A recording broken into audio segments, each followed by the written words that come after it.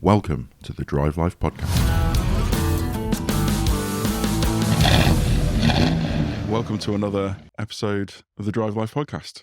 I'm joined today by an SUK member, Dale, and Matt, one of our SUK ambassadors. So normally in these things, in the beginning or at the end, we'd say a quick mention of our sponsor, Car Calendar. Well, there's been a bit of an update on that front, and Car Calendar's changing a little bit. So I'm going to throw it over to Mark straight away, and we're going to talk a bit about our sponsor. Yeah, we started Car Calendar in 2019 as like a UK platform for finding car events, and it's gone quite well so far. We're really happy with its progress in the UK market. We're now the biggest car events platform that people use, every single weekend, particularly throughout the peak season, spring and summer, to find car events. So really happy with how that progressed. But a couple of years ago, we were lucky enough to get our hands on the name carevents.com, which was in the back of our minds, sat in the wings, waiting for when we were ready to launch an international offering of what Car Calendar is here in the UK. And the way that things have progressed this year with Car Calendar and looking at how the market's evolving, now is the time to do that. Now, originally, the plan was actually to run the two brands in parallel. So Car Calendar would be the UK's version of carevents.com. Carevents.com would be the international offering in USA, but primarily North America would be the first market, and then everywhere else in Europe and any other country we could dare to launch it in. But we kind of threw about the idea for quite some time of what is the best approach, and we've settled on the fact that we want to put all of our efforts behind one central brand and try and make it, the world's go-to platform for finding car events, buying tickets, finding car-friendly venues like the one we're in today. So that's what's happening. So Car Calendar is soon to be no more, become a thing of the past as carevents.com evolves to take its place as the brand. I'm really excited about it, and one of the things that has kind of propelled or motivated us, I guess, bringing the timeline of that further forward was we sent Josh, one of our media crew, and Matt sat here now. We sent them over to SEMA this year. Looked like it was, I already know that SEMA is a very, very big event, but from what I kind of see socially, it's clearly getting significantly bigger and bigger every year. And this is almost for me the first year that maybe it's just the algorithms responding to my searches, but that I've been absolutely plastered with SEMA content. It looked like it was an incredible event, and you guys went over to go and scope it out for the next evolution of carevents.com. How was it? Incredible, yeah. I mean, as you've said, it's the largest car show, I think, in the world now. I know it's definitely advertised as the largest event in America, but hundreds of thousands of people there, hundreds of different builds there of different cars, hundreds of different influencers there. And when you walk in across 4.6 million square feet of event space, 4 event halls each, probably 2.5 times the size of the NEC. I'm still suffering from the feet. 2 hours of sleep or 3 hours of sleep. Maybe. That's another podcast. The closest that there's ever been to that, I think, in Europe was probably Frankfurt. I mean, you used to have to ride around that on a bike. Yeah. I think it's fair to say SEMA's got an angle that few or no other car shows have. You think like Geneva is where kind of manufacturers go to launch cars, or a lot of cars certainly get launched at Geneva. Which is 2 show stands. It's 2 event halls at Geneva on and then 2 levels. And you've got Pebble Beach, which is all about like ultra high-end, like luxury stuff, whereas SEMA's kind of more like modifications and tuner cars, show cars, lots of wild behaviour in cars and things like that. Yeah, and that's very much the scene over there, and that's part and parcel of why this is really exciting for carevents.com, because the community over there is huge, it's varied, it's probably far more varied than what we have over here in the UK. You've got your exotics, you've got your normal street cars, but you've got your 1930s rat rods that are slammed on air. You've got, your 4x4s that are 14 feet high on amended chassis. You've got your exotics with your wild, wide body kits on them. But the range of that is just incredible. But you still have the same challenges, which are people are wanting to go out to meets and find these events. People are wanting to do what they're doing in this country, which is sitting with the son on a Wednesday or the daughter on a Wednesday in the week and so, well, what actually is going off at the weekend? And they can't find the events. And there's far more going off in the American market than there are over here in the UK. They're using websites, using Facebook to try and advertise them. For the international Supercar UK member or anybody just, trafficking on what to do on a weekend, could you have an international setting on your, website search so you could decide where you're going to fly in the world to go to a car event, or will it just be your local domain? Have you worked that out yet? So we're wearing two hats. So SCUK is supercarrunner.co.uk, we've branded as SCUK, is the club that we run directly, and it's UK based, and it's very much limited by our direct capacity to be able to run those events. We ran 60 last year, which we certainly could not handle any more than what we did. But carevents.com / formerly Car Calendar is a platform for anyone and everyone, all organisers, to publish their events that they're hosting and for them people to be able to find those events taking place. So essentially like SCUK, for example, would be one of many organisers on that platform advertising the events that they've got on. And it goes as far as, private events versus shows that are very well known, like Supercar Fest and Car Fest and all, Goodwood and everything in between. But to answer your point, as we launch the site, you will have the ability to browse by country. The website will automatically detect what country you're in anyway when you load the site or the app. And then it will remember your setting if you decide to change it. So it really is, if you're feeling extravagant, you can hop on a plane to another country to go and attend a supercar event or any. It's not Google for Petrolheads. Yeah, absolutely. Yeah, that is really what we're going for. It's that one-stop shop to find what's happening both near you, but also anywhere in the world. And it's a massive challenge for us. We're really, we're not underestimating how hard work it's going to be. I mean, just not being in the country that we're launching it in alone is a hard enough challenge, because I think that looping back to SEMA, the people you met and the contacts that you developed from that visit alone was, far surpassed what we could achieve probably just sat here. But it's a huge challenge. A challenge I'm really looking forward to. We want to become the Airbnb, the Just Eat, the Pinterest. We want to become that to the car events world, what they are to their industries.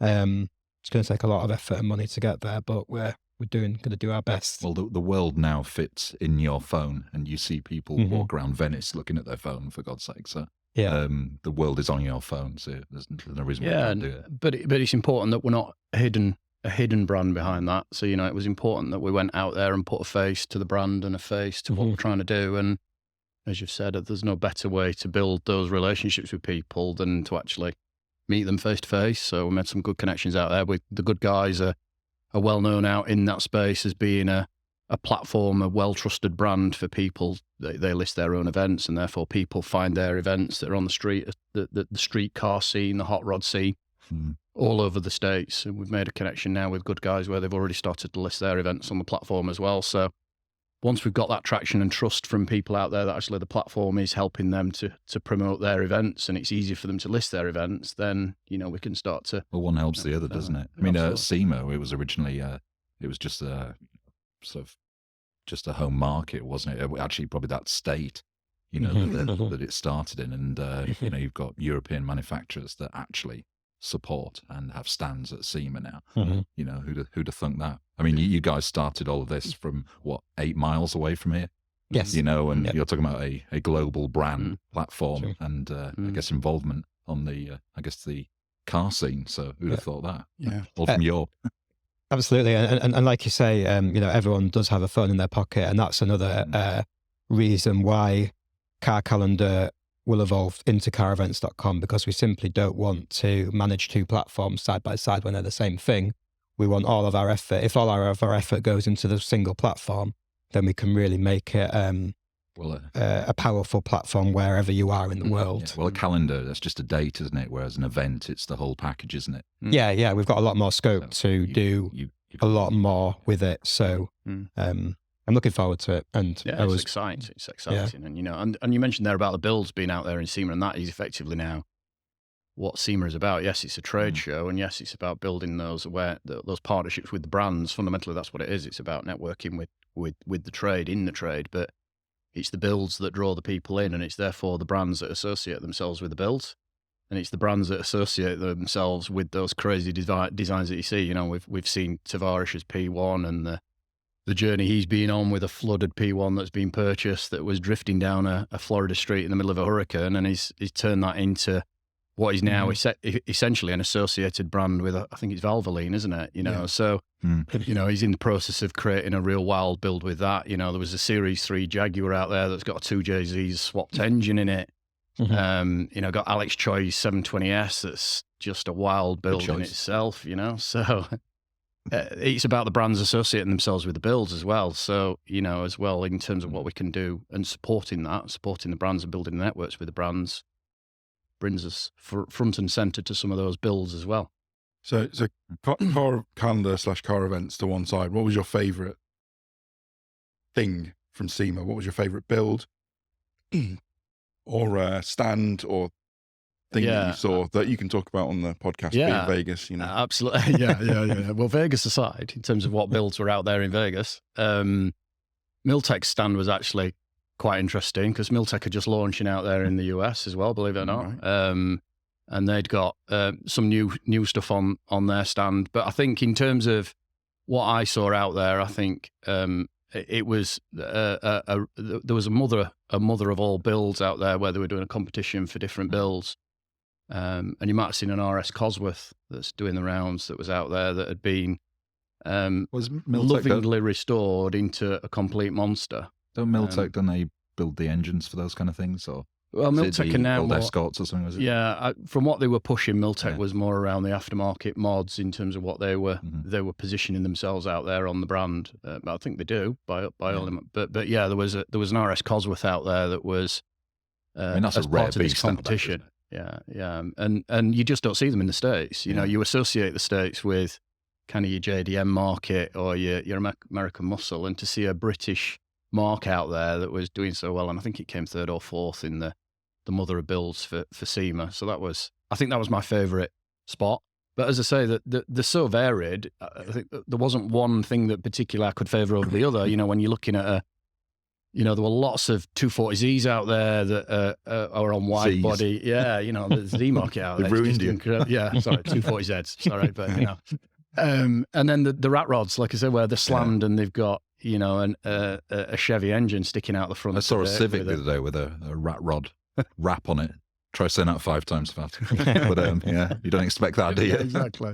Exactly. So it was a new Civic as well, not like an 80s one. Oh, really? Yeah. So really it might turn up here one day, you never know. Yeah. Keep an eye out for it. Yeah. It's just a completely different and wild scene to what we've got in the UK, which is what I loved. You know, it was just so different. You know, it was.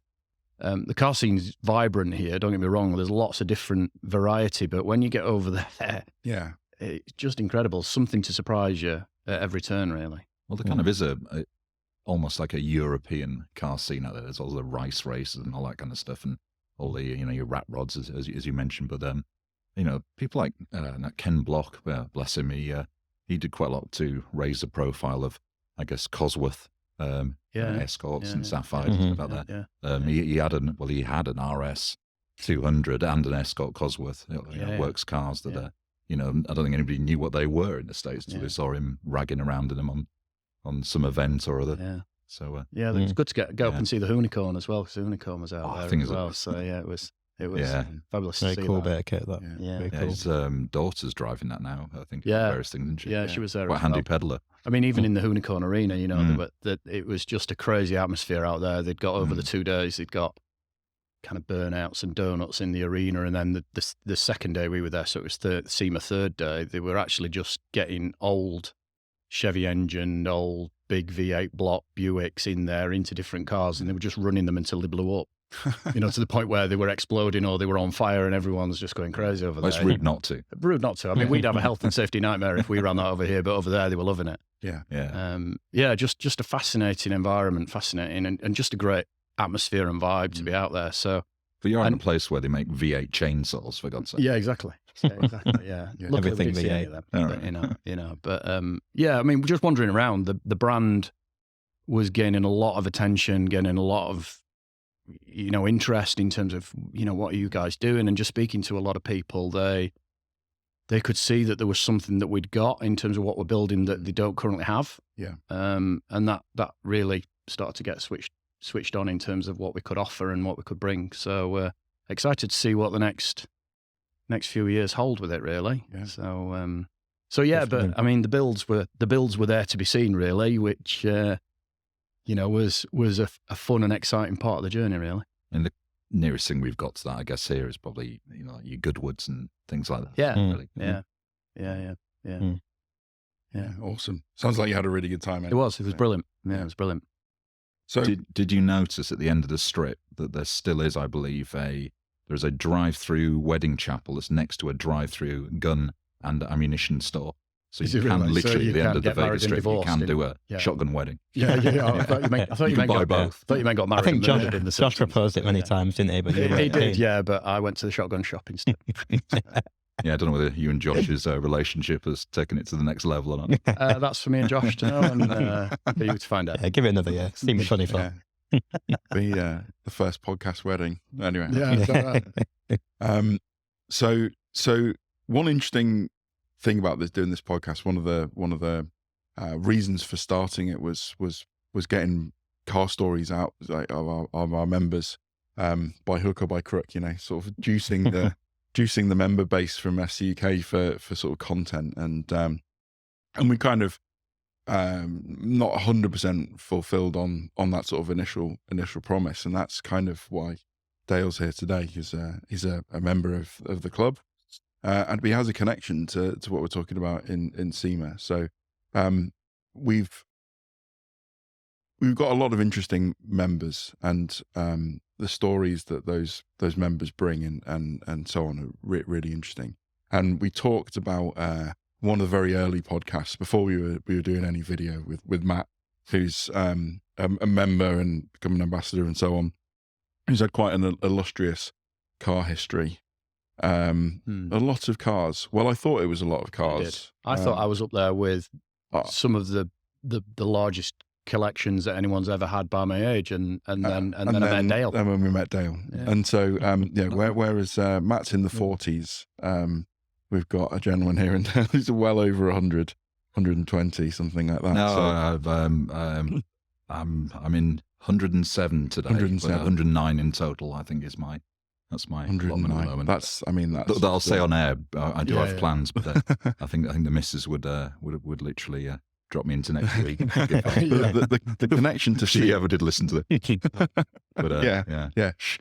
And actually as well, when we met, we found out that there's a project that I'm doing at the moment, because I work in the auto industry, and as you do as well. But there's a project I'm doing at the moment, which is with a company that you used to work for. So JRM. Yeah. So we're doing the sign-off edition of the R35 GTR, which is the JRM RR23. So obviously 23 cars made to celebrate 23 years in production. The irony is, on that car, when I was at the Royal College of Art, I worked on with Yosuke Yamamoto at the Nissan, Skunk Works studio that was in the Cotswolds. We worked on the Skyline GTR concept vehicle, and then obviously that went into production to be the R35 GTR, and now I'm working on the sign-off vehicle, which I'm sure at some point you've worked on as well. Yeah, fantastic. So our worlds have kind of combined. So I was going to say the connection to SEMA is that you've designed a few cars that are now the basis for a lot of the mods that we see at SEMA. So for those listening, Dale's a sort of a prolific career in car design, and working with some of the names that you'll absolutely recognise, like Frank Stephenson. Yeah, well, I used to work. And I others, used to work for Frank. In fact, I sort of started my production career working with Frank on the R50 Mini, so the first BMW Mini. Great guy, and nearly ended up working with him on his McLaren journey as well. Still talk to him every now and then on Facebook, but yeah, he's busy off doing his thing around the world. He's doing all right on that. But yeah. So 109 cars, 107. Why? Is it itchy feet, or do you just want to experience a lot? Or? I don't normally end up having anything usually for that long amount of time. I certainly haven't got anything that I have that's, you know, like years and years old or whatever. But because I use them, so I drive a 720S as a daily drive, and you know I use the thing. So I try and wear them out, or hopefully they retain their interest to allow me enough time to wear them out. But so for example, one of the cars that I've got, which back to Ken Block, I've got a Can-Am Maverick XTRS, which, you know, obviously where I live on the moors and everything, there's all kinds of green lane roads and everything there. But I was friends with Ken Block on Facebook, and he always said that was his favorite car, and we talked about some of the cars he had, but his favorite car was the Mav. So I had to have one. Yeah. So and I think it spent most of the time in the garage because it is without a doubt the loudest thing that I think I've ever encountered. There's only motorbikes that could be louder than that. It's what engine's in that then? It's a 3-cylinder Rotex aircraft engine, but I had a load of work done on it at Ken Block's recommendation. So I had the titanium straight through exhaust. So it's basically a set of manifolds straight out the back, and you know the turbo and everything's wound right up. And I think it's supposed to have something like 190 horsepower, a standard, and I'm well over 300 on it. Is that where we need to update the qualifying car list, Mark? Yeah, we have to add that on, won't we? Yeah, get one on there. So I'm interested in how you get to daily drive a 720S, but the car journey to get there. So what was your first car? The first car I ever had was thanks to my dad. I had a Volvo 360 GLT. Yes, I know what you're thinking. It was a pre-cat, so it was not completely useless. Okay. And my dad very, very kindly, who's actually lurking around somewhere, my dad very kindly supported me in my efforts to try and roll it across North Yorkshire. So my dad, having a garage business, kept repairing the thing for me as I kept trying to break it. The first car I ever bought myself was a Lotus Elise. So I bought a 99T that was in titanium, I think with blue roof, blue leather interior. Voted the best sports car for the last 25 years. Well, not a piston. Well, I've had a Lotus for every year it's been around. So I've had 25 Lotuses in my life and 4 VX220s, and I worked actually at Lotus on the Elise. So I fit in the car. And I think I still am officially I think the biggest person at what my 21 stone healthy 6'6", 6'7". But I used to use Lotus Elises and Exiges as daily whips. And nice. At one point I think I was averaging 4 a year or something. I used to work my way through them. My dad, I think for I don't know, probably the best part of a decade, I don't think he ever saw me come back home to visit in the same Lotus each time. I mean, and the Elises are fantastic. Right up there as one of the best first cars to buy yourself. But they went through a valley, didn't they, where they were worth very little. I think the repairability, because it's a knock on either end and it's a whole clam replacement, that sort of really put a lot of people off buying them. And you could get one for, I don't know, well under 10 grand for a while, couldn't you? The S1.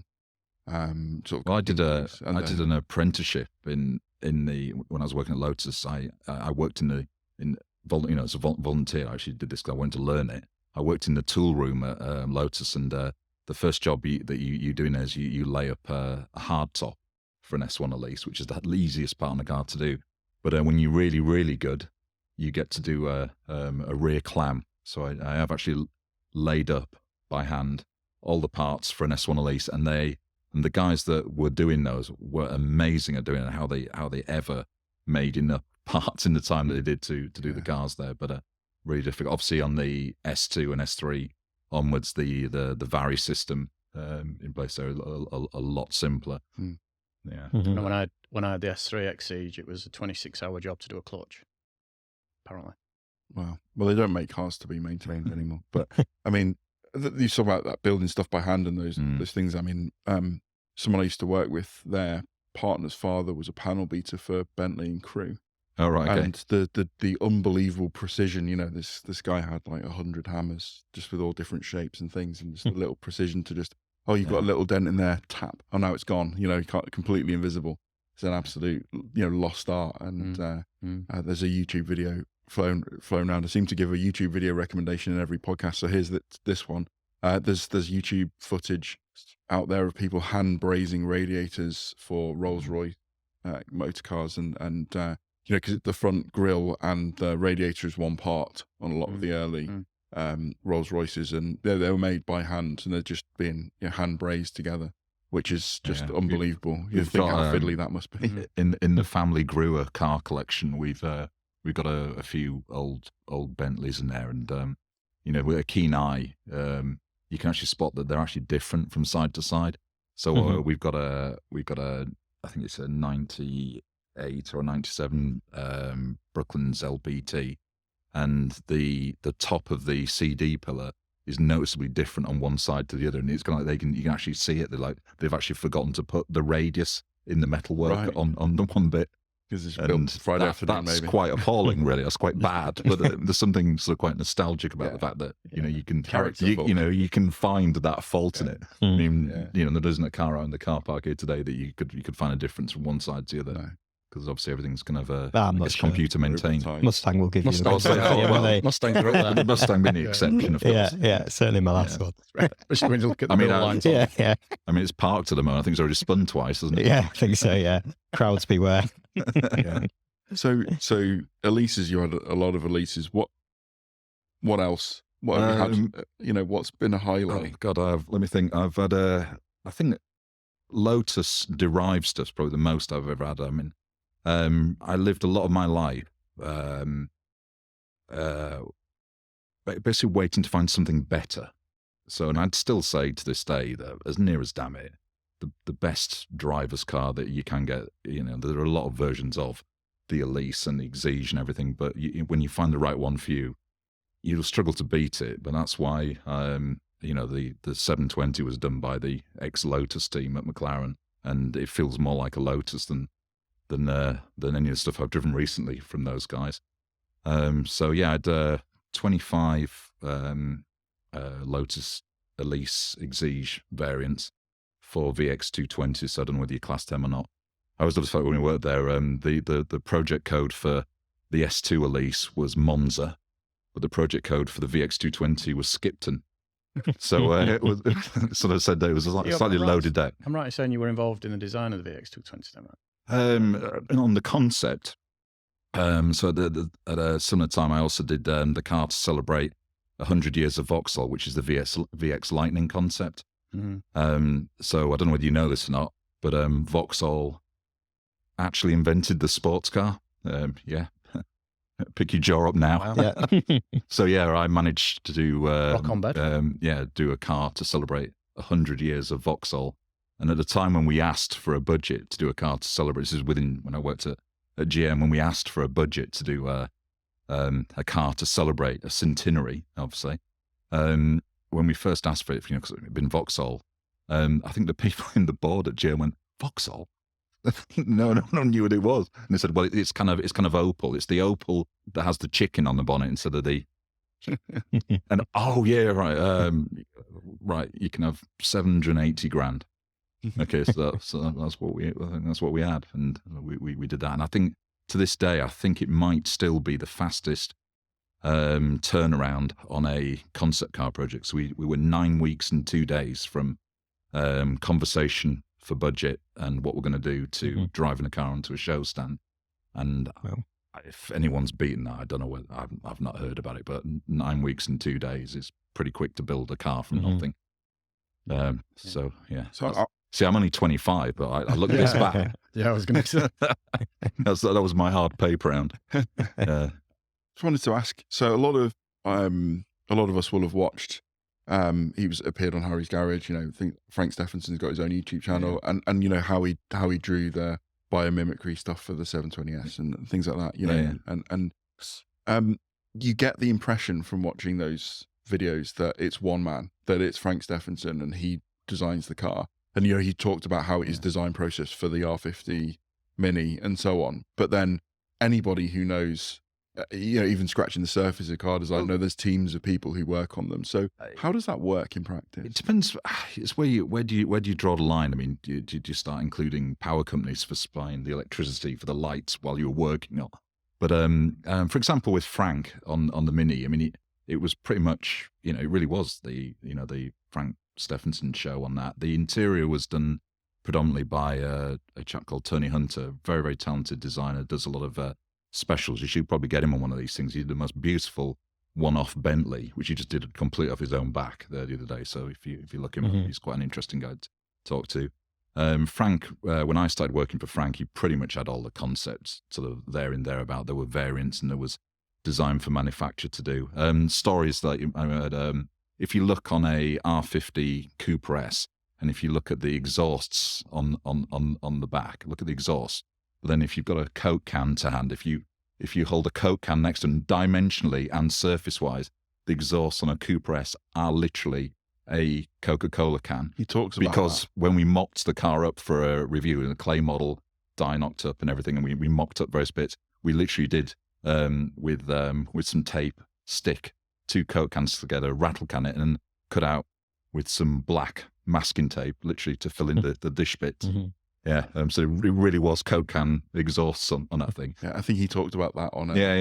It's true, yeah. Is that like when you're modding your cars and you go to Halfords and you want a couple of new cans for your house, where it comes from? Not quite right, but yeah, he was it was one of the best bosses you could ever wish for. Completely mad as a box of frogs and brilliant with it, but great guy to work with. I mean, things like people like Chris Bangle get a lot of stick, for BMW designs of the early 2000s. But then the 5 Series, the E65 series, was a Bangle design, but Bangle did none of the design for it. So the story there. So this is where the question gets answered. So sometimes you need a director, you need somebody that's talking to the grown up, saying, look, what you really, really need is it to be this, this, and this. Now, Chris Bangle probably is one of the best design directors from a sales point of view that you could ever wish for. I mean, he really could sell sand to the Arabs. I mean, a Chris Bangle presentation, you do not want to have to follow him in that environment. He's quite gifted in that respect. Like Julian Thompson, I mean, amazing presenter. If you like, he can give people like that a good idea, but by the time they've presented it, it's like the best idea ever. I mean, it really is sliced bread afterwards. So these guys are great, but you need, if you've got, I don't know, an average car's got between 10 and 15,000 parts on it. A good majority of those are visible. So if you see it, someone's got to say it. Okay, so you need there's quite a lot of work you got to get through to represent, because you say, oh well, there's a guy on a computer that's making the surfaces for that, but you need something to work off of. So somebody needs to have an idea. There needs to be a spec. There's many different, attributes and aspects to it. So, but there's usually somebody that kind of rises to the forefront that either define the majority of the visual direction for it, and someone's got to claim responsibility for some things. But there's always a great team behind a great person, if you like, doing this stuff. So the story, I'm pretty sure it's the E60, but I'll be corrected in the comments. The story is that there was a Portuguese guy who was part of an intern or something like that, and he designed the E60 that we see out on the roads today, but he died, and no one wanted to change his design at all. So it was more or less exactly as he conceived it, but it was Bangleized, where it became the Chris Bangle design 5 Series, but it wasn't actually designed at all. It was this Portuguese intern. I might be doing him a disservice here, but it was something like that. There's some story where they basically they thought it was sufficiently realized as a concept, and they didn't feel like they wanted to mess with it, and they wanted to honor this guy as a part of the team or whatever to go off and put it in production. So how true that is, I'm not sure, but that's to be honest, I don't know on that. Did you see a lot of change in design process then, in terms of how people designed cars when you started to how they designed cars when you finished? Obviously, it was a lot more drawing, a lot more clay, we talked about R50 Mini. So back in those days, Photoshop didn't actually exist. I don't think actually back then. So everything was hand drawn. Yes, there was CAD that parts would be translated into, but everything was done as a mock-up, either in the patent shop or it was done as a clay model. So you would work with a team, and you would have to, you need something to point at and go, we want it like that. So however it came about, you would try and do it. But it was very much an organic process to actually achieve that stuff, which is why. So if you look on an R50 Mini, there's quite a lot of complicated sculpture going on in areas that you would not normally credit for having that much going on in it. But everything's, there's on the bottom of the door, as you get into the lower part of the wheel arch, there's quite a complicated actual little Z that actually happens either side of the door on it, which no one would ever notice. But the next time you see one in a car park, actually have a look, and it's got that in there. Now, it's very much a Frank thing. He would just zoom in and keep going in and in. It'd be pixels before there was pixels, and he'd really kind of focus in on that stuff. But it was all created, it was sculpted. So I'm trying to remember the clay models on that. There was Mark and Kay, and I can't remember the names of it. There was 4 people primarily working on that car, but all the aspects of it were done where possible in clay, and then there was a few bits that were done in the patent shops. So it would be either a Uriel, which is like an M grade sort of high density foam. So that was quite a new thing back then. Very little things machined, because stuff wasn't led from data. Things became data before it went into production. So you take that, which is 96 through to 98 sort of time. And then you look at stuff that I've done recently. I mean, when I do cars now, the first thing I do is I save £2 million on any program I do. I get rid of clay models. And I feel bad, because some of the greatest people that I've worked with in my life have been clay modelers. But, when it's out of budget, or you've got to turn it around really, really quickly, and because I've been doing this for so long, I can now calibrate between what you see on the screen and then what you press play for manufacture with that comes out the other end. So, I spend my time, no matter what I do now, staring at a screen. It might be a nice screen. It might be a 100-inch Powerwall or something like that, or it might be a nice iMac screen, but I'm looking at pixels. Whereas it used to be that when you saw something that's like really, really beautiful, you go, oh God, isn't that nice? And you touch that. That's probably the biggest thing that you kind of miss now. You don't get to touch stuff that you've worked on sometimes before it's actually a part on a bench. And the prove out model phase, these things are kind of getting sometimes eliminated from the process, which is kind of a shame. But there's a bunch of, I guess, people with similar experience, to me or whatever, that have now become, confident and competent enough to, go straight from the telly into manufacture. But I sort of feel bad for the next generation coming through, that I don't think it's quite as tactile or sort of artistic somehow, the process that you go through to get this stuff, which you'll see if you look at a lot of the designs that are around the moment, like your Cybertruck, and I'd wager that there wasn't a clay model for a Cybertruck, and it was very much a digital thing. Not knocking it, whatever. I mean, it's great to cut a box to do. Sometimes to be that brutal and I guess anti-design actually requires a hell of a lot of design. I mean, Jerry McGovern and the Land Rover team there, minimalism. So Range Rover interiors, very minimalistic. It's one of the hardest things to do. If you look at the actual exterior on the new L460 Range Rover. Very, very clean, very minimalistic. I mean, Massimo Frisella and his team there, the hardest thing you'll ever do is minimalism. To do that beautiful New York loft with only 5 signature pieces in it and, structure, laid bare and everything. It doesn't just happen. It takes a great deal of restraint. Although in the new Range Rover for 2024 on, there's no buttons inside anymore. They've moved. They used to, the launch version of the car had physical AC controls. The drive mode selector was everything's Blade now, so it's digital touchscreen. Yeah, but it was a physical, radial button the Pringle. Yeah, that's gone. Yeah, in 2024, it's just wood and a start button. Yeah. Where I miss some of that.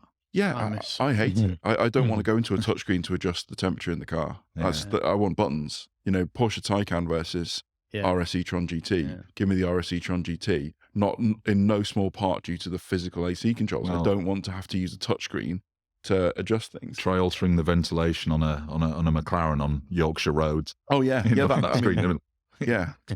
Try pressing continue on Google Maps on Yorkshire roads. I really I'm GT and it's the same. The buttons are gone. I mean, it's annoying. It's really really seriously annoying. But it's fine, arguably fine in a car that you don't drive all that often. I know you daily drive your 720S, but probably you're in 0.1% of the ownership group who put anything like that sort of miles on a car. And, if you're getting into just a hoon it on a Sunday, air conditioning buttons are a lot lower down the priority list. They can be sacrificed in the name of design. But if you're using something every day, like a Range Rover is something that these days is now something that you take the kids to school in or whatever, those things are, it's an everyday tool to be used. It should be all about efficiency for the driver. And burying things in touchscreens is the opposite of that. Well, you could argue. I'm going to get into a debate on this thing because I'm kind of with you, but actually, you've got voice control. So if you're happy to move into that technology, you don't really have to do the buttons like you used to. So I mean, it's come a long way actually because Linguatronic. I had a Mercedes with Linguatronic, and it was dreadful. Did you ever manage to call anybody you wanted to? It never worked. I never managed to do anything at all with it ever. Whereas now, I saw a reel on Instagram of someone taking a selfie in their BMW by asking the car to take a selfie, and it's got an internal camera. These are the problems we need to solve in life. Yeah, they are. How can I take a selfie while driving? BMW, whatever the trigger thing is, take a selfie, and it says okay, and then it counts down 3, 2, 1, and takes a photo of you in the driver's seat, right? But it was seamless because you got Siri and all the rest of these things that Amazon have obviously taken Alexa and all these things, and so voice control is now viable. So maybe that is the answer. But I think in the medium term, some of it might go a bit full circle. I mean, I've got as the daily car, we've got a Tiguan, and the 2021 model. They moved all of the buttons to they are kind of buttons, but they're all touch, and it's really confusing because you don't get any. Like the AC is a slide, but you don't get any tactile feedback as to whether you've actually done it. So you actually find yourself doing it, then looking down, taking your eyes off the road. Did that actually work? And Depending I think what you've had for lunch depends on how you can actually move that Yeah. thing or not. Yeah. And there's some days, I don't know whether you guys find it, so some days it's like my body forgets to generate electricity in its fingers. And even on my phone, my iPhone, it's like, not working. Damn these mitts. the Mark 8 Golf, I know plenty of people who absolutely love the Mark 7.5 Golf. We've got a 7.5 Golf. It's great. Mark 8 Golf, awful. Yeah, well, it's the same interior that's in the Tiguan and in the majority of VW's current range. But I do believe that they are going back to buttons for the next Ferrari model. With the Roma is the same. Awful. Those buttons are just dreadful. So Chevrolet Corvette, one of the new ones at JPC, the JPC event we're on recently, and that had got a thin strip of buttons all the way down the centre console. It must have only been an inch square. So you can imagine when you drive in, taking your hand off the steering wheel to try and press the right button. It's like having a pet Stegosaurus. I mean, but things. Porsche Panamera is the exact opposite, isn't it? I mean, the first generation Panamera.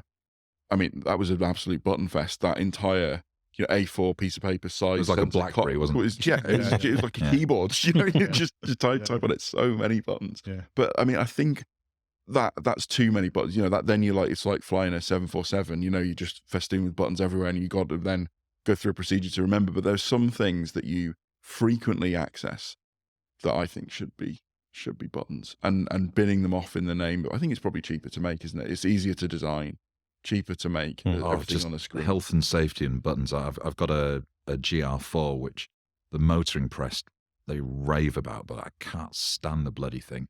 It takes you about 20 minutes to turn everything off on that car before you go. There's a little GR badge on the steering wheel. You should be able to press that, and it turns everything just to how it should be. A bit like when BMW went through all that grief, and then they put the M button in, and when you press that, it was like, right, okay, now that's the car I want. Yeah. But now my GR, that lane assist thing, I mean, I feel like, I feel like it'd be easier to make the Earth spin the opposite way around than turn lane assist off. No matter what you do, it seems to always want to come back on again. That's a common complaint, actually. I hear that from a lot of people, not just with the Yaris, but loads of cars. The lane assist is really problematic. Yeah, it's the same on the Tiguan, but the Tiguan goes one step further. So Tiguan's got, well, at least my model, 2021 one, has got adaptive cruise control, but it bases it on GPS as well. But the problem is that it's seriously flawed because it doesn't know how to negotiate bends on motorways. So if I go on my local dual carriageway and approach a bend, it will take me down to 20 miles an hour because it thinks that's how fast the car could take that bend. If I went down to 20 miles an hour on that road, maybe this is an appropriate speed. No, but like if I trusted that tech, then I would likely die on that piece of road as somebody ploughed into the back of me because everybody else is doing 70 on that bend at least. Ought to be. At least. So there's a lot to be said for all these assistance things. I mean, a lot of them, I'm sure, keep us on the road at times where we probably would come off the road if they weren't there. But it's a fine balance, isn't it? Yeah. Looking for your next car event, club, or venue? Find it with carevents.com. Discover thousands of upcoming events, car clubs, and car venues on the world's biggest car events platform. Search by location and radius, favorite your events, buy event tickets with these, and follow your favorite clubs and venues to be the first to hear about their upcoming events. For event organizers, you can list events, clubs, and venues free of charge, sell tickets directly in the app, and track the performance of your event. Available online and in your app store. Just search Car Events. Are there cars that you've designed where you thought, I wish I'd pushed a bit harder for them to be slightly different? Like where you've, I don't know whether that's... Well, the time it takes for you to actually do that mission, and there's always sort of time, sort of against money and quality and all that kind of stuff that you've got to kind of balance out. So you're always, by the time you guys park out there in whatever's been done, you've already been compromised a million times before you've ever got to that. And usually it's budget first, but quality, if you can't do it right from the off, it doesn't get done. But so you've got to, when you're trying to get something out there into the marketplace, you got to shout pretty loud from the first off. You've got to practice safe design, use a concept, and all that kind of stuff. You got to have, my old boss at GM, had a fantastic way of looking at it. Said, it needs something, a hook, if you like, that sort of says, when people say, "Oh, did you see that car? The one that had that on it." Yeah. You always need something like that. So Simon Cox was always, fantastic at, identifying just the pure nature of what something should be, in the market, and it'd always be there for a reason, and it's this, or it just always had something about it, and that's just something I've always remembered to this day, and it makes you want to, if you've got that, really, really shout about it, because if you're not shouting to start with, it's a whisper by the time it hits the road. Mm-hmm. So, look at how much things get watered down just from the concept cars that you see. But bear in mind how many concepts have been watered down before they become the concept that you see, that then becomes the production car that you get. Mm-hmm. So I think anybody that's seen for example, a Lotus M250 concept vehicle in a show stand, and then bought an Evora, it's quite a dilution process from M250 down to Evora, which sometimes it can be a burden that no one sort of deserves to have to carry, as a car. Sometimes, like I'm thinking BMW i8 and Porsche Mission E concept, they make it to the road. Yeah, I mean, practically unchanged. I mean, we've had a couple of Taycans across Turismos and stuff, and they were that's it. Like that, pretty good. C500 from Lexus, that was very close to the concept. And you did nice things on that. You were showing me last time I saw. Yeah, that's good. I mean, some work their way through, pretty good on that, but then there's other things that are just like, why did you? Yeah, just go home. Fair enough. And then I guess conversely, was the cars that you had the opportunity to work on but didn't, you chose not to, or your career went in a different direction, you thought, oh no, I really wish I'd worked on that thing if I'd have taken on a different way. I mean, I've always loved Aston Martins, and it's one of the companies I've never worked for is Aston Martin, but a bunch of friends and people I used to work with all were there. One of my friends from college, he's the design boss there now, Miles Nurnberger, and this guy's doing good stuff, but I loved the road cars that I had, and I think that's probably sometimes when you love a brand like that, maybe don't meet your heroes kind of thing. Well, it's very difficult for me, leaving Lotus if you like, and going working there. That's why I ended up I just lived in their cars, but because I got made redundant from Lotus in March '98, I think it was.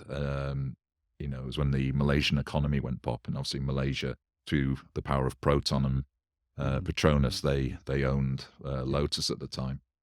And that was where the wonderful Proton GTI came from, with the Lotus suspension, wasn't it? Is it that collaboration? Yeah. I worked with the guys on that with the little rivets around it. Yeah, that's right. Yeah. It was. I mean, kind of. There was actually quite nice Protons done at Lotus, because Lotus is a design consultancy as well as obviously a car manufacturer. So we worked on things for all kinds of different people around the way. In fact, my nickname in the vehicle industry, especially around that time, was Wookie.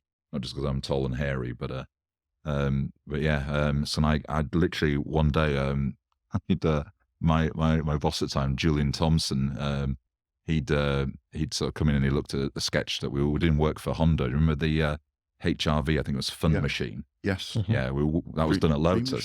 Fun Machine, something Dream like that. Machine, Anyway. Yeah, Dream Machine. Going back a long time. When I was and my Julian classmates had one. Julian came in and he was like sort of laughing at a sketch of him, and he's like, and that's a Wookiee sketch, that is. So I sort of jokingly, because I just finished that, I literally signed it Wookiee with an exclamation mark on it, and when it went up on the wall, the boss, so the head honcho, I mean, going back a long time, for Honda was in, and Julian, who is probably one of the best presenters that you could ever see when it comes to these kind of things. I think one of the times he's ever struggled was when the boss of Honda kind of looked at the sketch and went, "What is Wookiee?" And Julian said, "Well, in Star Wars, there's the really tall walking carpet character. Well, our placement student, our trainee over there, we think he looks like Chewbacca out of Star Wars, so we call him Wookiee." At which point is this? I don't know. American Space Defense Program, and then there's like this a scratch on the record, like. So about 3/4 of an hour later, after the head of design for Lotus explained what the Star Wars films were about, and the character Chewbacca and him being a Wookiee. So I just kept signing my name Wookiee after that. It just seemed like a bit of good fun. So nice. Anyway, what can you do? Yeah, that's fair. So there's was thinking about what you're saying about Aston there, and obviously Ian Callum went back and has tweaked those VH platform cars, hasn't he? So, do you think is that? Well, you see, it's very much the V12 one. So he's the first gen Vanquish, which was always good fun back in the PAG group days, where Wolfgang Ritzel, a German boss that we had at the time in that, he used to pronounce Vanquish in the German way. I don't know whether you're ever familiar with that, but he called it Wankfish. And that never ever stopped being funny. I don't think it's possible to not be funny. But anyway, so Ian Callum worked on the Vanquish G1 car, and he now does the Callum 25. That's right. Which is basically everything he wanted to do. That's what I was saying. On that. That's where I was coming. But at the time, there was too many people saying you can't do that. Yeah. Or we haven't got money for that. So he's gone, well, all right then. This time they're £500,000 or whatever a pop, and I'm doing it this way this time. So the wheel design is exactly the same on those cars, but it's an inch bigger in diameter, and it's half an inch further out on the track and an inch wider in J on it. But it looks it looks exactly the same, but looks better. Just before you've even started with just refining and tidying up. All the other bits. So where I was coming to with that was, is there a car design that you would do that too? Great lead in. So I am literally about to do that very thing. One of my favorite cars ever, and the thing that I always keep coming back to. I've always loved Land Rover Defenders, and I've built, bespoked several in my lifetime, and spent the kind of money that you could probably buy Grimsby for on these things. I've spent a fortune, and they're still kind of rubbish, but faster, and rubbish, but still rubbish, but in a more brilliant way. And I kind of thought, well, the money that I'm kind of spending doing these things, and there's, I'm only making them worse, but faster in their worseness. So that this time around, I decided to create my own company where I would strive to try and answer the kind of questions that no one's ever asked. So I wanted to make something that looked more like a Defender than a Defender, but had absolutely nothing to do with anything Defender based or JLR. So all the cars that we love, are beloved carbon fiber supercars and everything.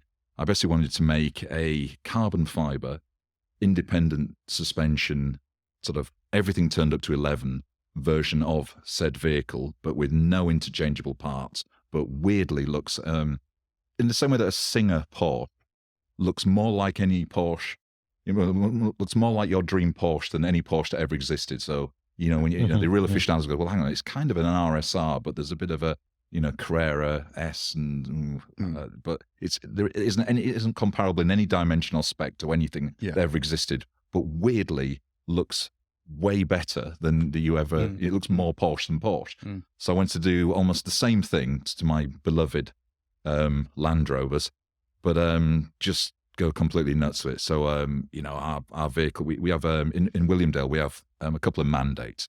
We'll never make anything in double figures. So we make batches of 9 of everything. So you never get double figures. We will never ever make a vehicle that has less than 1,000 horsepower at the wheels.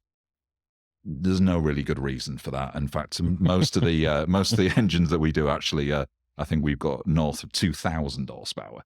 I mean, again, a complete answer to a question that you never asked, and kind of a little bit of a carryover from my Hummer days within GM, but all Williamdale vehicles will have helicopter lifting points on them.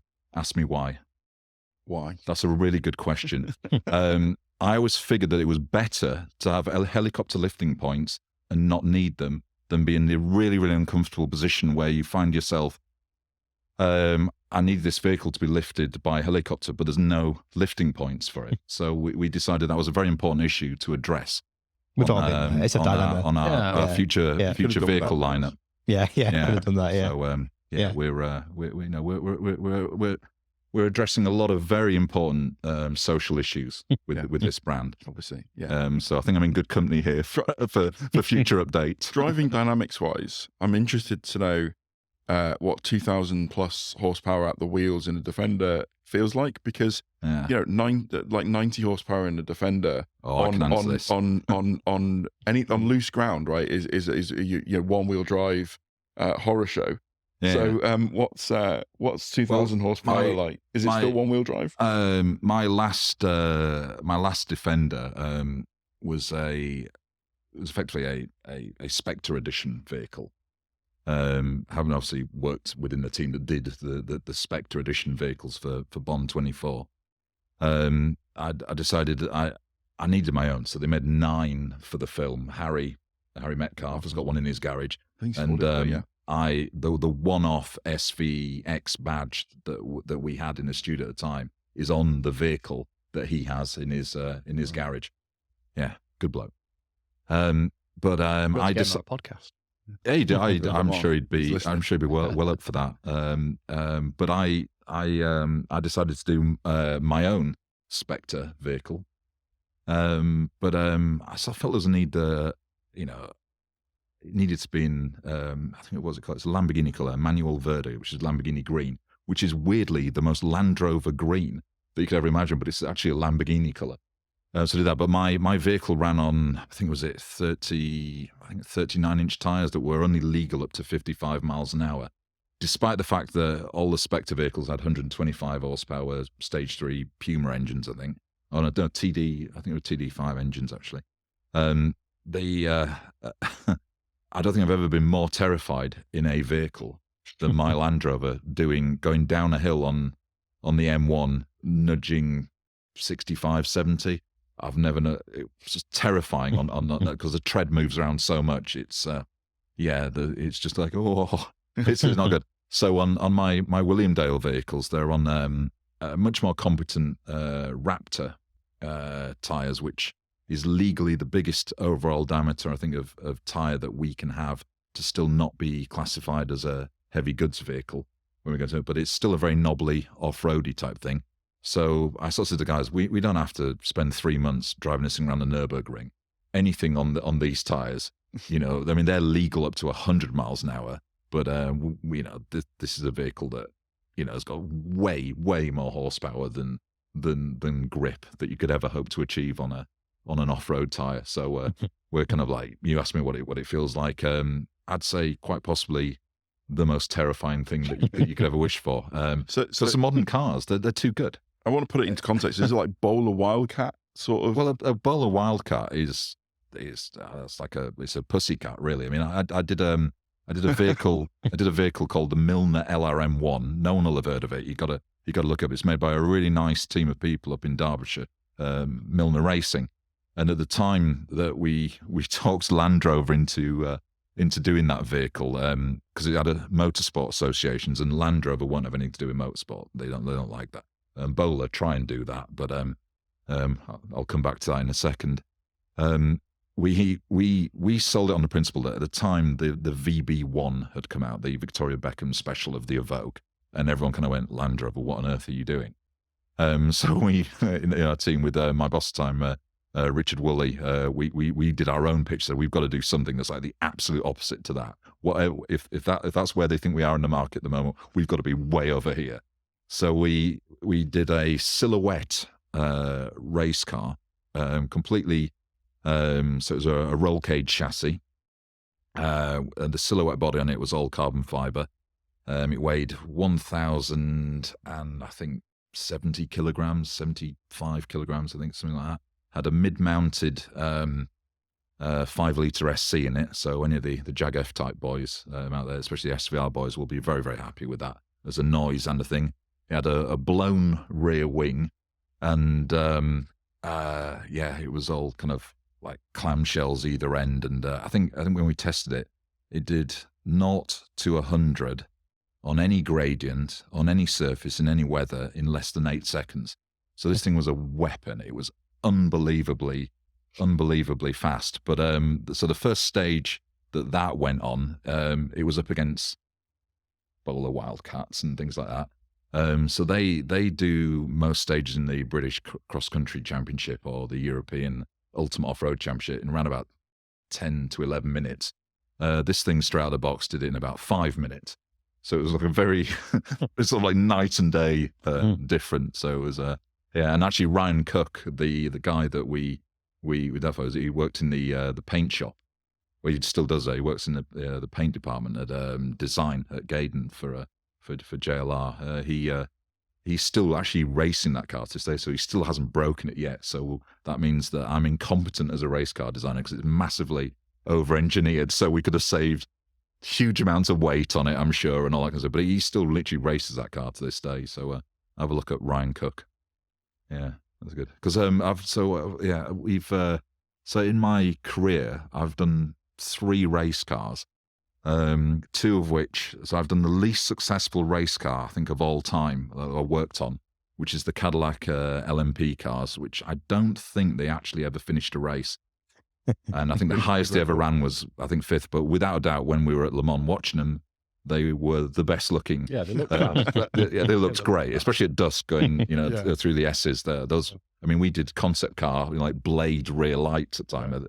And there was some mooting in the pit lane that maybe if we'd spent less time worrying about doing the best rear lights that anyone had ever seen on a race car, and actually maybe done a rear diffuser that actually worked, we would probably have been better off. And then there was the Corvette, the Corvette race cars, which by contrast won every race that they entered. So. 2 very, very opposing projects. So, and then the Milner thing kind of fits in the middle somewhere. It was great because at the time the best sell ever was that if a kid saw it racing across a field or whatever, they go, "Oh wow, look at that Vogue! Isn't that amazing? That Land Rover's brilliant." But if it rolled across a field and killed 13 people, Land Rover press department, so it was nothing to do with us. It's a Milner LRM. We're like, yeah. It's really bad, that, isn't it? But that was why Land Rover would never get involved in motorsport and still never will, because they don't want any association with negativity in that respect. And although we got away with it once as a loophole, don't expect them ever to do it again. The Army's all right, but not motorsport then. Yeah. I think their vehicles are going around. Been involved with death enough as it is, but I'm not sure what they're going to do going forward. I don't know. I don't think was it 70 grand or something for a current Defender starting new Defender, on that. Yeah. Maybe that. Maybe that might be. I can't see many going on. I think that'd technically be a huge cost saving for the military. Yeah. We'll see. So the Williamdale car is going to be basically insane, like aerial nomad. I mean, sort of. The weird thing is, so Brabinger, which is that's the project code. So Brabinger is technically Project 3.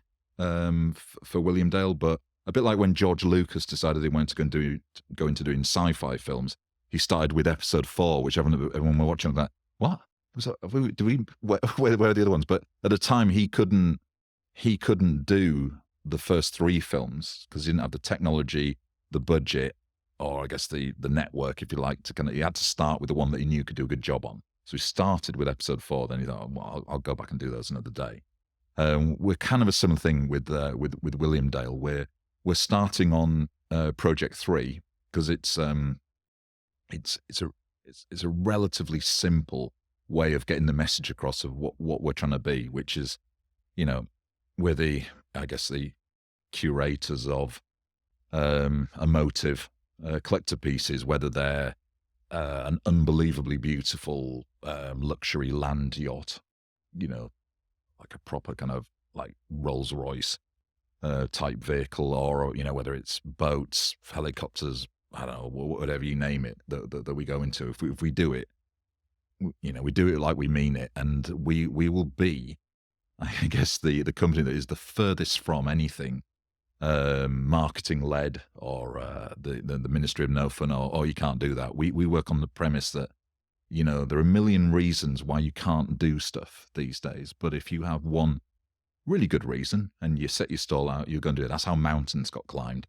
So that's kind of what we're doing, and we're going to make every aspect of it as much fun as possible. I mean, I think you've been around to my gap. You've seen my office. I have a carpet sample in my office, which is like a rug, but it's the deepest, shaggiest white kind of rug carpet thing. It's like someone's, I don't know, hacked the back off a polar bear or something and put it on the floor of my studio. And that's a sample, because we're going to build our cars in like an old drawing room with an Inglenut sort of open fireplace, couple of Chesterfields, port tables, cigars, that kind of thing. We're going to make the most un-car-like environment to build these things in. Because when you were a kid and you got like the new Death Star Lego set, or when you're a bit older and when you decided to strip your bike down while the girls were away for the weekend or something like that, you would kind of clear everything out in the lounge and get yourself set up and have your favorite film on, and you'd be like building everything around in this sort of nice.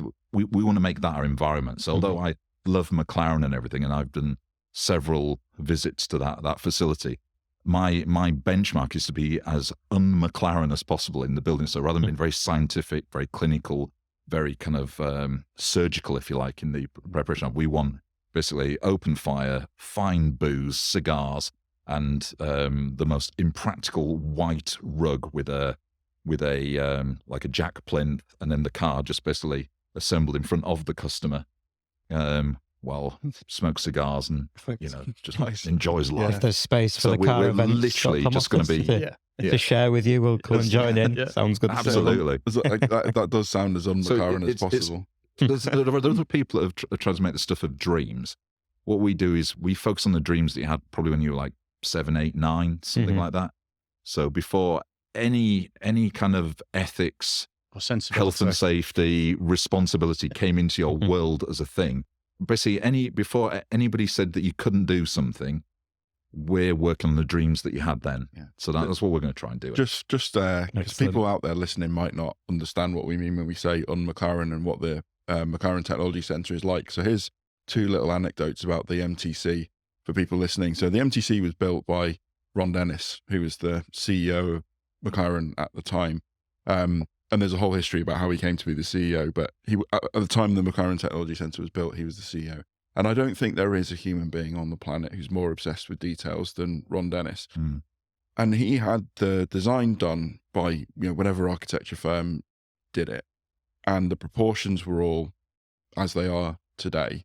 But the corridors were all such that the tile he'd chosen would have to be cut, because they weren't exactly. He wanted the grout gap between the tiles and the floor to be precise, and he didn't want any cut tiles edge to edge. So he had the whole design rescaled so that they wouldn't have to cut the tiles on the floor so that the anywhere in the building. Lines up directly to the shadow, doesn't it? Of the exactly wall. That, yeah.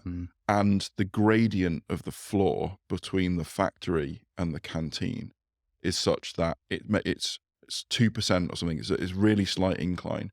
But as you walk back to the factory, it's uphill ever so slightly. So your heart rate is elevated by the time you get back to the factory. So it made it harder to get back to the factory than it was to get to the cafeteria. So that you were more pumped to get back to work. Yeah, so Ron Dennis wouldn't have gone with shag pile cigars and Chesterfields. Exactly. That's kind of my point. The precision is unbelievable. The thought, like, who thinks I'm going to make the floor tilt 2%? So people that heart rate's elevated when they get back to work. There's a couple of other fun things about that place. When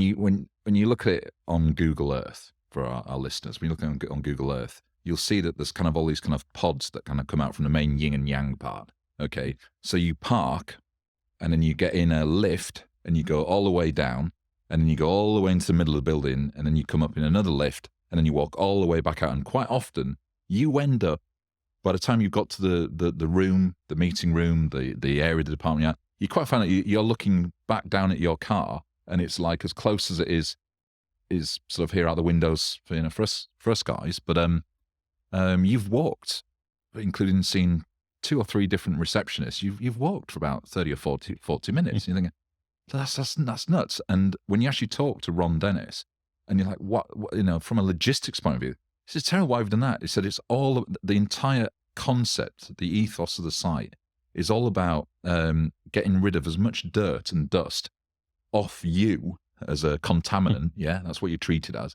a contaminant, if you like, coming into this beautiful facility. By the time you've actually got to anywhere that's important, you've got rid of everything that would be a problem. But the other thing that I really loved about it, attention to detail, all the trees, I don't even noticed on the site. Next time you guys do the thing that I look at, every single tree or plant has a barcode on it, a McLaren barcode. And there is an exact replica of the topography, if you like, of the McLaren Technical Centre. I think it's in Norway or Sweden or something like that. But all the orientation and, you know, hills and everything are the same there. And any one of those trees or plants dies, there can be another one flown in or whatever and replaced. They know exactly which one to pick up and put in there. And I was like, really, are you kidding me? And the reason it was all done like that, Ron Dennis is quite he's quite proud of his gardens. He's got a nice 3-bed semi just on the edge of Woking. So it's a corner plot. So he's got a little bit of land around it. All of his when I was down there actually meeting with Frank Stephenson, name drop. And when I went through and it would show me all the all the carbon bits and everything.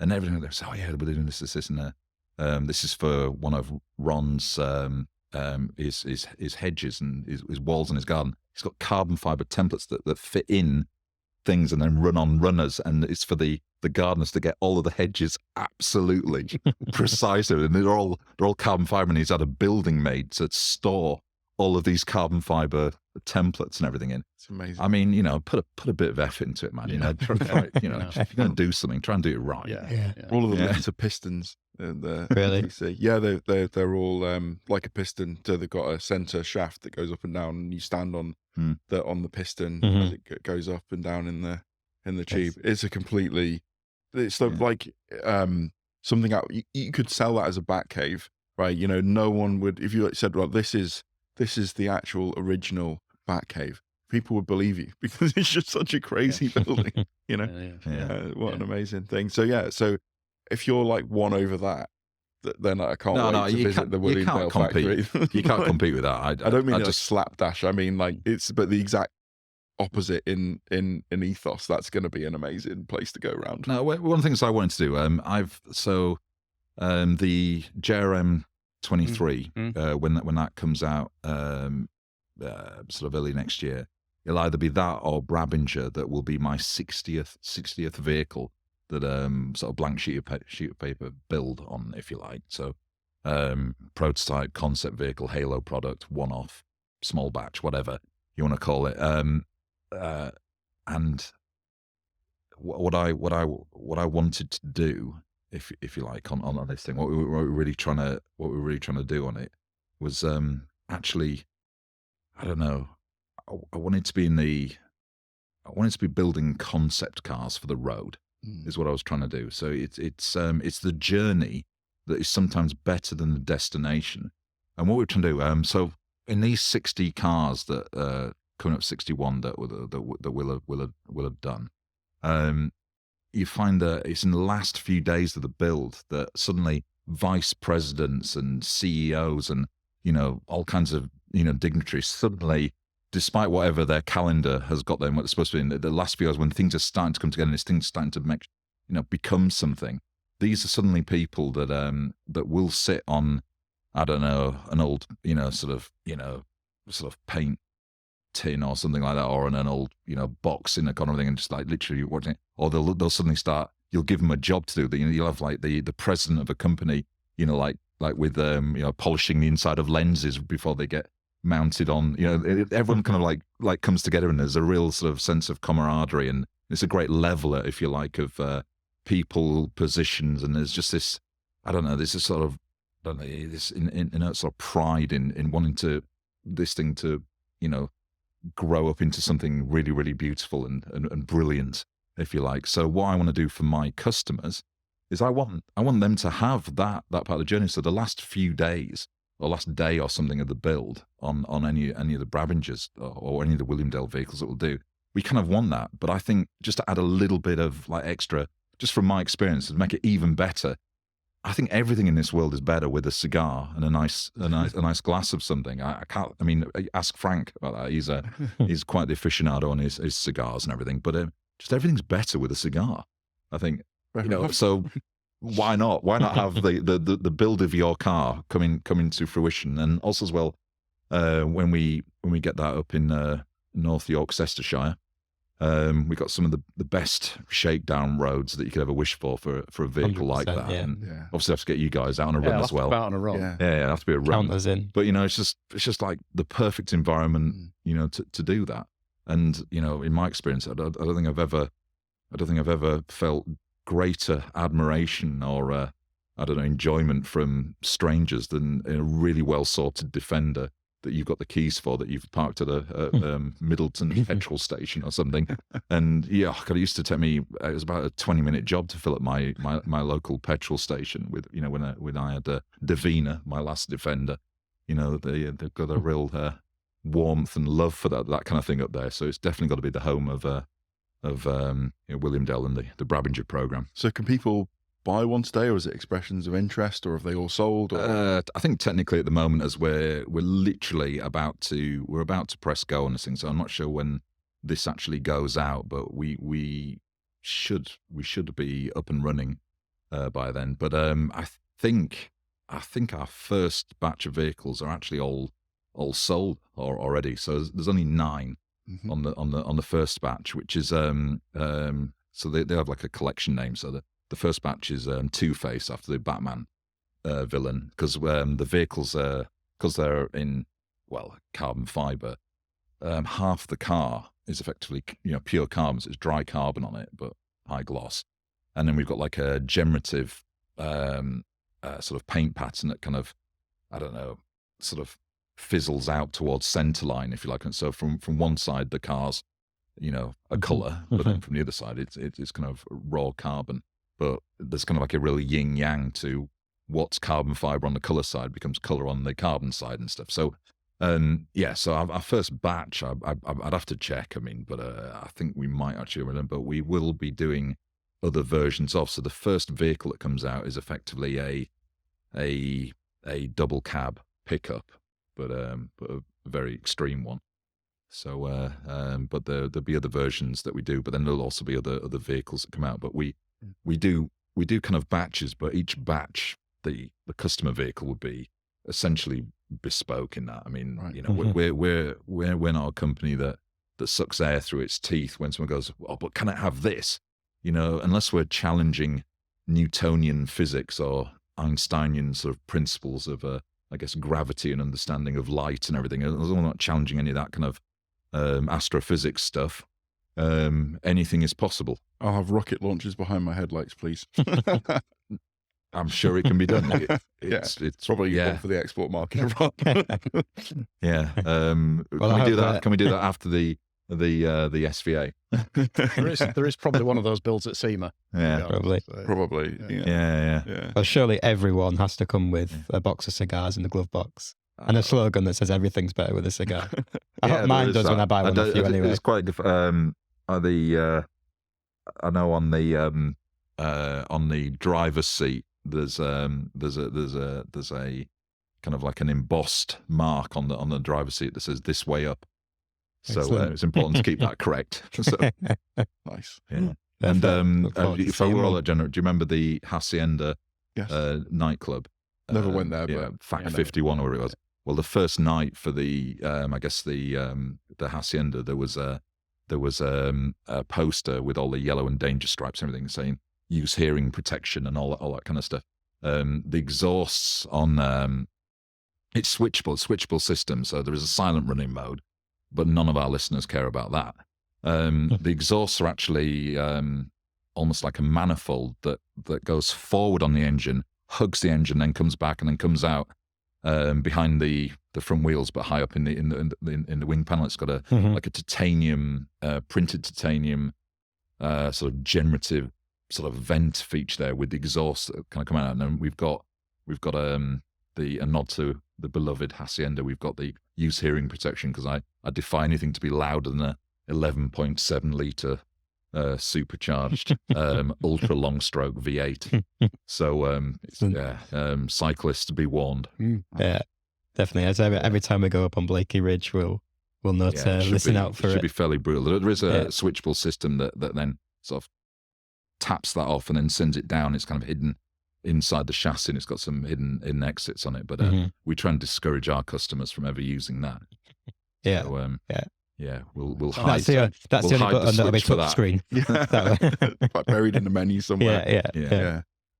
There's something I wanted to touch on, which is the fact that you've done an astonishing number of miles in your 720S by using it as a daily driver. So I know this is a bit of a switching gear from cars that probably going to get hardly used to cars that people think can't be used, but you're using them in the to the best way possible. And those who listen to the podcast know that I'm a massive advocate for driving your cars. You know, I did 20,000 miles in my McLaren and people were shocked. You know, there's people who've owned Ferraris for 20 years that have done 5,000 miles in them or 10,000 miles in them, you know, averaging less than 1,000 miles a year.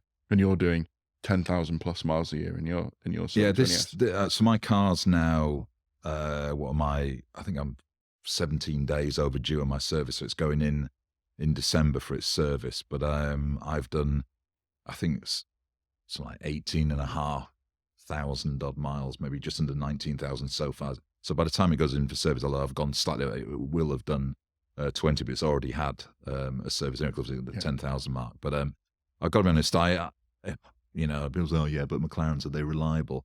The one thing I've learned in my car history, if you keep your car in a temperature-controlled environment for high days and holidays, stuff goes wrong.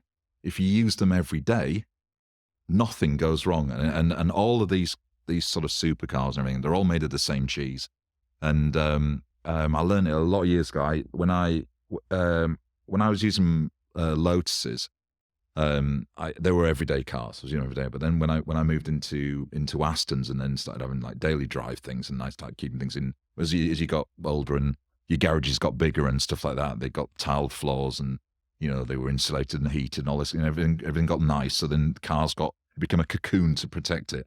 When I kept Astons in garages for high days and holidays, I had everything in the world go wrong. Yeah. And so I've always had a mandate after that I don't park anything in a garage, and I don't leave it for days on end. In fact, I think on a McLaren, you usually it's 45 days that a dry battery lasts for. I think the lowest I've ever seen that go down to is I think 17 days. Left it. So obviously I'm using it way more than that. But just literally, there was on Blackadder? Was it Lord Flashheart said, treat your woman like you treat your kite. Get inside her 5 times a day and take her to heaven and back. And US UK slogan. A less PC version. I don't know if that's possible, but there's something in that. These things should be used, and I think like for someone like Frank, who we keep drawing back to, who's designed quite a lot of these. Having designed something like a P1, and know that the average customer does 300 miles a year, probably at the absolute maximum in something like that. The world is changing. We were talking about electric cars and everything, and I'm all up for that. In the world of Williamdale, we are doing electric cars. So on our ICE product, it's 1,000 horsepower minimum at wheels for anything we do in that. It's 2,000 for the EV versions. So we're embracing that. We're well up for that, and that's great. But it's not comparable. It's different. It's got good things about it, but we're at a transition time, and we're all so passionate about our vehicles and stuff. Time is short. We're not going to be driving around in combustion engine cars for much longer. So I'm 50 in March, and I don't know. I'm now taking pennies back out the bucket. So you don't know how long you've got, do you? So you got to enjoy it. I mean, it's coming up so many times that people are scared to use their cars. I think some marques, Ferrari probably the worst or one of the worst, and the sort of where human beings can own these things. There's obviously like Pagani and whatever, the real stratospheric stuff, and those cars, they're probably not built to be driven as such. I doubt Horatio Pagani has usability at the forefront of his mind when he's designing If you say that, but Horatio uses a Pagani every day. Yeah, they're an AMG block, aren't they? They are. They are custom, but but and there are reasons why no one's commuting in a Huayra, right? But if you've got, I know someone who used to commute to work every day in Canary Wharf in an F40, right? That's what you should be doing. They're not museum pieces. They don't live. Did anyone ever like ask him where it all went wrong? He sold it, and that's where it went wrong for him. Because he sold it for less than 400k, because that's what they were worth at the time. But he wishes he hadn't now. Well, yeah, but then no one's got a crystal ball. But the thing is, I'm sure he looks at it is he's had the use out of it. He's driven. Someone could have bought, whoever bought that off him could have parked it in their car collection and never turned a wheel again. Yeah. And he's had so much more enjoyment, potentially. Some people just enjoy looking at things, but as a car person, someone who's really a petrolhead, whatever, using that, doing however many miles, is it's what it's about. There's a member who's got fantastic car history in the club, and he had a Ferrari Pista, and he sold his on 7,000 miles, and people were wincing that he'd put that many miles on the car. Dealers were like, "Oh my god!" And it's exactly that. Yeah. It's like, what? No, you should. 50,000 miles on a Pista should be celebrated, not wincing at, oh, you've got the highest mileage Pista in the country at 7,000 miles. Ridiculous. Absolutely right, though, isn't it? You always remember the cars that you sold too early. Well, because they're the ones that you never got the use out. But you remember the cars that you've driven. Yeah, exactly. Have the experiences, have the adventures, use them for driving to a pint of milk. Look, I still remember most of the 3,000 miles I did in that 720S I had for a bit. They were brilliant because it's just a cracking machine. So I did 3,000 miles in that 720S in 3 months, right? That's more. Some people listening to this will have owned a 720S for more than a year and won't have driven anything like 3,000 miles in. And it's a crime. Get out and drive the things, use them. Yeah. And I couldn't, it's so refreshing to hear someone's using a 720S as a daily driver. There's a great thread on piston heads. If you lock the rear spoiler in the up position, you can fit 2 Christmas trees between the, and you just have one strap that goes around between the dihedral doors and stuff. And you can bring your Christmas trees home from Sennington back to Hazelby, where I live. I've got a great name for the Williamdale next range, if you like. We'll call it the Ebwhack. Go on. Everything's better with a cigar. Oh, genius! Don't joke about that stuff, though, because it really does stay. I was thinking about it with F40s. There's in the Midlands, a place where I used to get my Astons from and service and everything. Probably the best car dealership that I've ever been involved with, really. McGurk Sports Cars. John McGurk, the guy that owns it, he has a Ferrari F40 and a Lotus Cortina and an Escort Cosworth. And if he's not using one, he's using the other. He uses them all the time. And, it was actually John that actually said to me, you are better off using because at the time when I was in the main dealer network, which was an awful place to be with the world of Aston Martin, I left that and I started buying second-hand cars from McGurk's. And he just said, use them, just because he knew about all the problems I'd had. Just said, just use them. So when they design and develop these things, they do not. No one ever factors in and been sat for months on end not doing anything. They test them to make them really good at what they do and last, under extreme conditions and usage. And no one tests for redundancy. It's the one thing that always sort of sneaks through in the world of car production.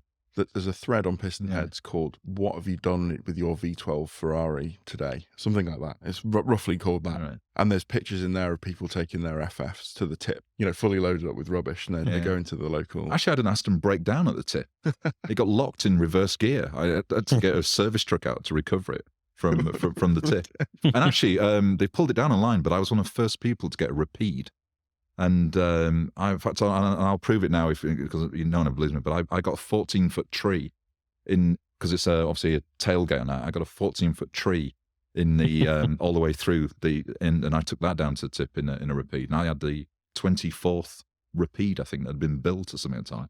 So it's one for your blog page or something like that. Better than the next time. Because It goes Aston viral. Martin had it because somebody else put it up and they had it taken down. You can pay Google evidently to take images down. Yeah. So Perhaps that's a new podcast in the future. Which flora or fauna have you had in your vehicle? It's a brilliant fauna. It's a brilliant. You use using cars. Let's get shut down. You use your cars as the spirit of the thing there, and hats off to you for using it so well. I suppose going for it and using it. But yeah, I think that's probably all we've got time for today. But I'm going to put you on the spot because I know we haven't prepped this. We generally ask our audience a question, so our guests get to ask our audience a question. And then they can reply in the comments or however they engage with the podcast. So do you have a question for our audience? Something that might start a conversation or whatever. It's completely up to you. I don't know. I think you had the perfect one there. What was it? Which flora or fauna? Because my dad is here today. We in Alston, the Greer family, we've got an RS6, and I think I might hold the record for the most bags of topsoil that I think there's ever been in an RS6. Put this way, had brilliant traction, and if you go to home base in Daventry, I think I still hold the record there for the most bags of topsoil in an Aston Martin V12 Vantage, which was 15. Wow. Which was Maybe that was the going on question that. then, So I would say to the listeners out there, what's the most berserk thing you've ever transported in your beloved excluding car? dead bodies. No dead bodies. Yeah. Well, we've got a Mustang owner here. Yeah, true. There's a separate category. Mark's not allowed to comment. And I think it's Camaros as well. They're the American. You mean you transport other things other than bodies? Oh, I didn't realise, Yeah. Yeah. I've got an Alpine now, so it's just onions and garlic. Right, well, So it'd be great in the comments to see some pictures of mad stuff. And I don't know, you guys have to do the tech for me, but I'll put pictures of some of my daft stuff that I've put and carried in cars. Yeah, amazing. Perfect. Sounds good. Amazing. Right. Well, thank you very much for coming pleasure. on. Thanks, Matt, for giving us the SEMA update, and thanks to you guys for listening. We'll see you on the next one. Good luck with car events. Soon. Thank you. Looking for your next car event, club, or venue? Find it with carevents.com. Discover thousands of upcoming events, car clubs, and car venues on the world's biggest car events platform. Search by location and radius, favorite your events, buy event tickets with these, and follow your favorite clubs and venues to be the first to hear about their upcoming events. For event organizers, you can list events, clubs, and venues free of charge, sell tickets directly in the app, and track the performance of your event. Available online and in your app store. Just search Car Events.